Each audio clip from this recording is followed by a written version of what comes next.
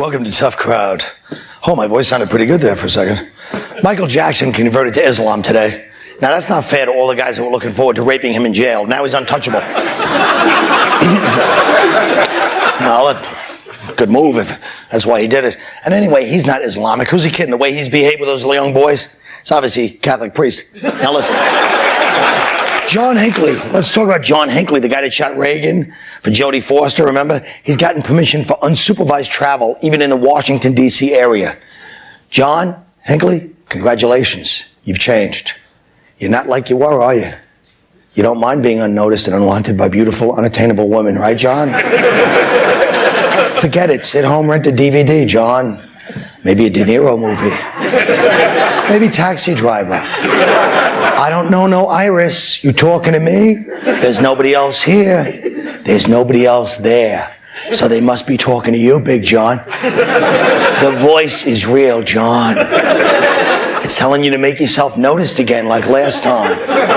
Maybe you should come up here to New York and kill me. Then at least one of us will get noticed and get a little press. Let's start the show, John.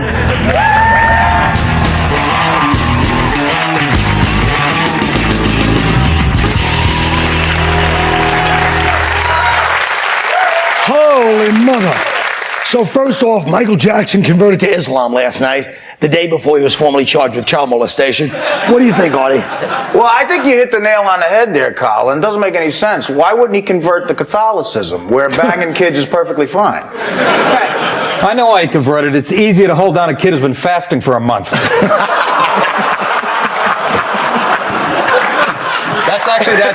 That's not fair.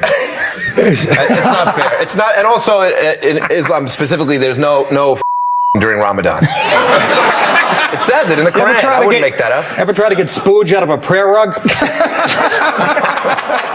Liz, any thoughts on this? Spooge? Liz, do you have any spooge comments? Yeah, I She do. gave me the word spooge. What a show. No, I actually gave you gack. But, gack. I just think, like, Islam doesn't have a bad enough time right now. Yeah. After 9/11, now they got Michael They got Jackson. some publicists over there, don't Yeah, they? wow, they are not having a good time. Maybe it's time for them to pack it in. What do you think? Bin Laden heard about it, he Islam. converted to Judaism. What's that? I don't know. Did you just say you think Islam should pack it in? I said maybe it's time for Islam to pack it in. What do you think? I think maybe you should join us in the millennium. Oh, so you think it's a very progressive movement, Islam, I say. Oh, I say just you're not a progressive movement. No, yes, you're right. No, Islam is a progressive religion, and also there's a reason I think that a lot of minorities are drawn to Islam, because it is a religion that treats people of all cultures with dignity and respect, except for the Jews and women and everybody else. It's not. John Hinckley, the guy who shot President Reagan, will be allowed unsupervised visits with his family. Oh. What do you think, Greg? I think, first of all, what people don't realize is he was actually found not guilty. That's one of those rare cases. He was found not guilty by reason of insanity because he tried to kill the president in order to impress Jodie Foster. Right. And that seems insane, right? But what if it had really impressed her? You know? Yeah. Well, what if she really did tell him to do it? We don't know. Well, that's what I mean. Yeah, maybe if it worked, if all of a sudden he's banging Jodie Foster, is he guilty all of a sudden? Well, is she guilty? Go ahead, Liz. I mean, I just think that it's such a weird irony because all through the 80s, Reagan let every crazy person out on the street by cutting funding of facilities that dealt with the mentally ill. You're still hanging on to that one, are you, Liz? Yeah. I'm sorry, who was up till 3:30 in the morning trying to read the paper to have a fact? I had coke in my system. These guys are my old sitcom. I'll tell you It's what. like, aren't you an idiot? You're still up to that, huh? I'll tell you what, though, Colin. I'd love to be a fly on the wall when someone tells Reagan about this. He's going to go nuts.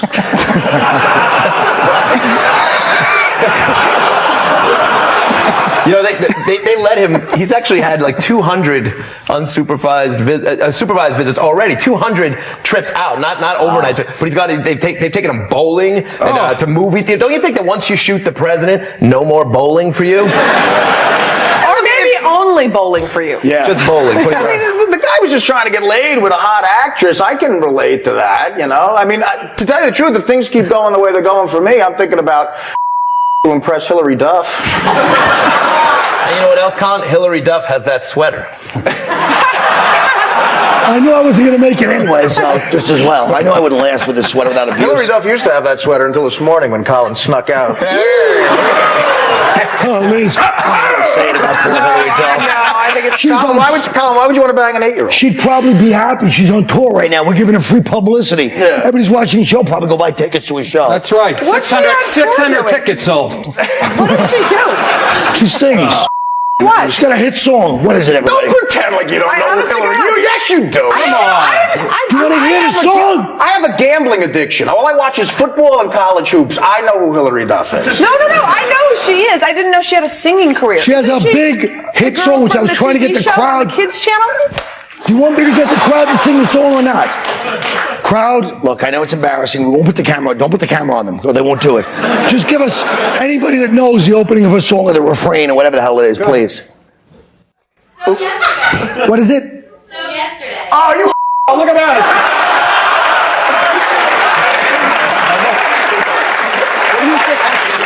When in doubt, Liz, say I know. I was a big killer Well, over here. So Yesterday's the big hit, apparently. Yeah, I had no idea. So Yesterday. Well, anyway, she got a big song. She was in some movies. I think that's off I don't know who Journey's she was in. third I thought she had a TV. I don't even know. I think she's in Lord of the Rings. I'm boring myself. We have to move on. No, we're not bored. Believe me, this is good stuff. Hillary Duff, I think. This is going great, I think. This is terrific. This is a circle jerk with icky old white guys wanting to have sex with a 14-year-old. Who's We're old. Who's old? Right. I'm old Come enough on, to you have look sex like with. Nancy Reagan, for Christ's sake. Where you going? Look at me. Looks like a young Joey Buttafuoco. It's true. Nick looks like a Roman. Looks like a Oh Roman my god. I'm kidding. Did I tell you I wanted to, grab your ass before the show? Yes, you did, and All I right. was so thrilled. Thank you. Liz is It's not my hot. fault you're in the men's room. She's all right, Liz. Liz is hot, but you know what I didn't like? Creepy old white guys. Yeah, what's the wrong with all-purpose? white guys? No, wait a minute. What's with? That's the all-purpose thing today. White guys, everything bad. White, everybody else good. Liz, don't try that with us. We don't go bad. You know that. Cut the white guys. You could have just said creepy what old part- guys. what- Creepy old guys was fine. Yeah, First why of all, do you he's say white Colombian and Puerto Rican or whatever the hell he is. Me and Nick is Second of all, Sicilian. this son of a bitch is an Indian. I'm a Native American, thank you. He's an Yeah. Indian. What are you, Comanche? 25%. They did a test on him on Howard Stern. The son of a bitch is a full-blooded do a test? Apache. Are you Indian? He is. I'm 25% Native American. I'll tell you what, the Foxwoods in Connecticut owes me about 8 grand. Yeah. Well, You drink like you're 100% Native American. all right, good. Go to the commercials. We'll be right back with these people.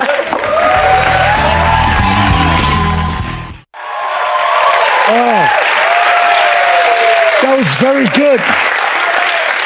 That was very tepid, Jim. And not only that, tell your girlfriend it's not 1988. Don't wear those Jody Watley shirts, stupid. Now look, come on, folks. That had to be said. Maybe it didn't have to be said. I am sick today. I wasn't feeling well yesterday. This is all true. After the show, I saw Norton, and I said, give me a ride home. It's 3 blocks. It's pouring rain. I got a messed up throat. So we get separated. 10 minutes later, I'm outside in the rain talking to my adoring public. Norton and Rich Voss scurry by, trying to, not asking, do you need a ride? A normal thing. It's like deserted out there. Voss, I don't blame because he's a dumb animal. It would be like if you yell at your cat for peeing on the rug. But Norton is truly the one-eyed king in the land of the blind of all our friends. This perverted Machiavel, whose treachery is legendary and boundless, has gone too far.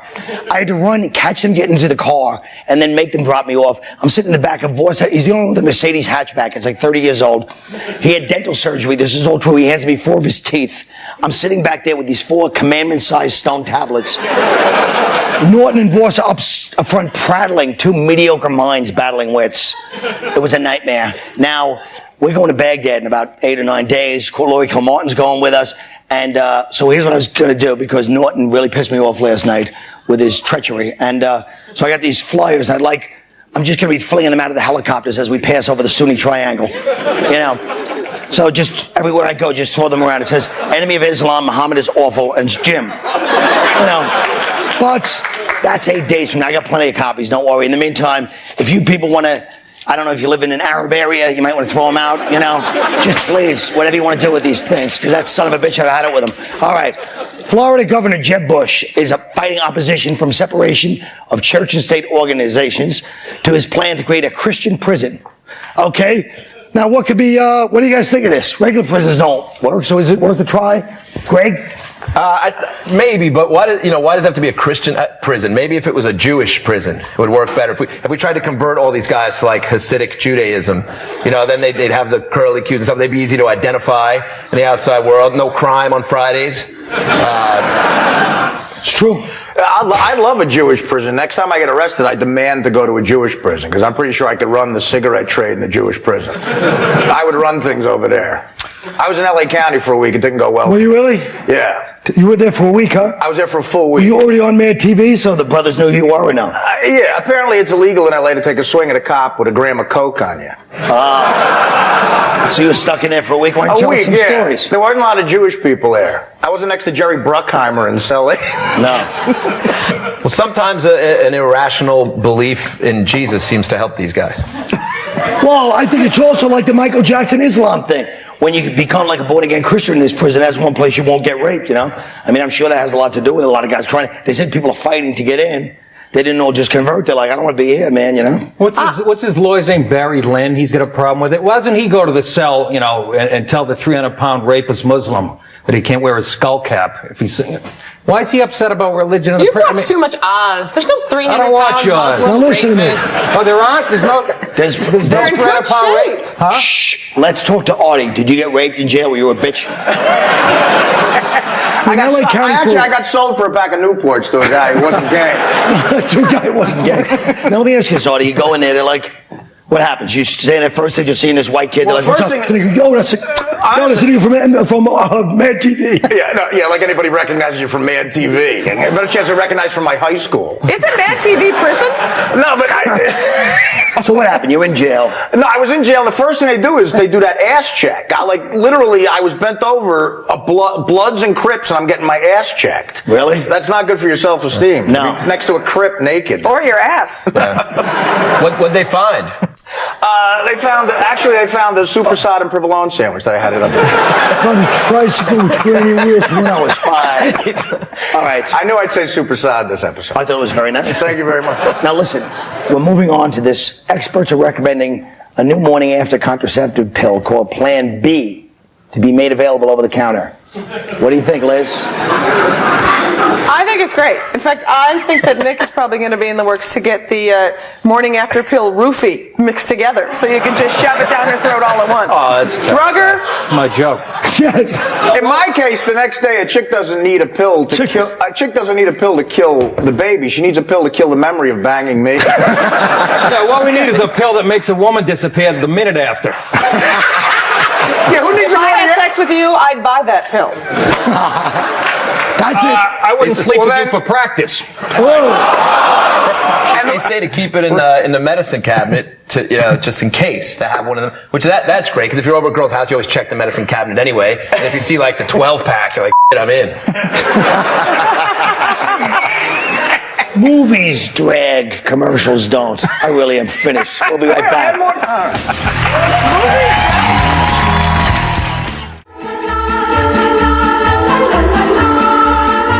My holiday wish is for all the kids who don't celebrate Christmas to know that you're not alone.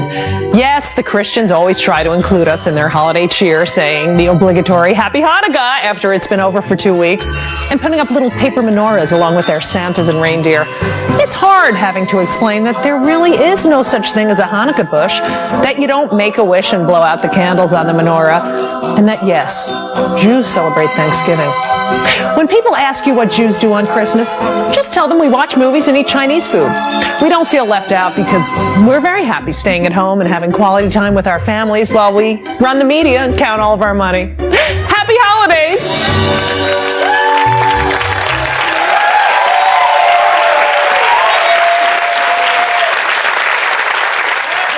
Folks, kids are always asking grown-ups impossible questions, like when are mommy and daddy getting back together and what's a restraining order, but a child just asked you, let's say a child asked you, is there a Santa Claus? What do you say? Greg? Santa is real. but there's no way in hell he's bringing you that pony. I guess if you can believe that one old fat guy in a flying sled pulled by a red-nosed reindeer can bring toys to every kid in the world in one night, well, it's not much of a leap to believe you might actually get a small horse to ride around your tiny Manhattan apartment. Frankly, when I see the heartbreaking, naive hopefulness of this pony request, and when I realize that soon enough the miserable realities of life will suck the innocence and optimism right out of you, I want to stab myself in the neck. Way to spread the holiday cheer, kid. Hey, Orlando, you hear they got up on the second tier. It's Artie, the guy from MTV. I'd say what my father said to me when I asked him the same question. He said, no, son, no, there isn't. All of those things your mother has told you over the years are lies. There's no Santa Claus, there's no Easter Bunny, there's no Jesus. And I never used your college money to buy a Corvette for a Puerto Rican whore. Lizz Winstead. Well, kids, there's good news and there's bad news. The good news is there is a Santa. The bad news is the American Army found him in a spider hole in Iraq with 2 AK-47s and a bag of cash. And here's the icing on the crap cake. The CIA is going to hold him in custody until way after Christmas, or until the people of Iraq that the Americans have appointed to run the country decide on the appropriate method of execution for him. Merry Christmas. Oh, Nick Paolo. I'd say to the kid, why, of course there is a Santa. Now pull up your pants and help me hide this fake beard. I'd tell the child yes, and then I'd go into explain the story of Santa, you know, how Mary was pregnant with him and there was no room at the inn, and at least that's what the Jew at the front desk told her, and, you know, she ended up giving birth in a manger. Oh, wait a minute, that's the story of Jesus. Well, that's the same thing. Well, folks, Merry Christmas to all. We'll be right back.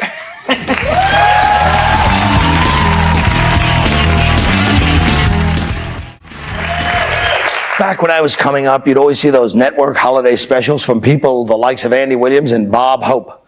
That was the last time TV was produced without a shred of cynicism. Well, tonight we're going to try to give you an old school holiday special.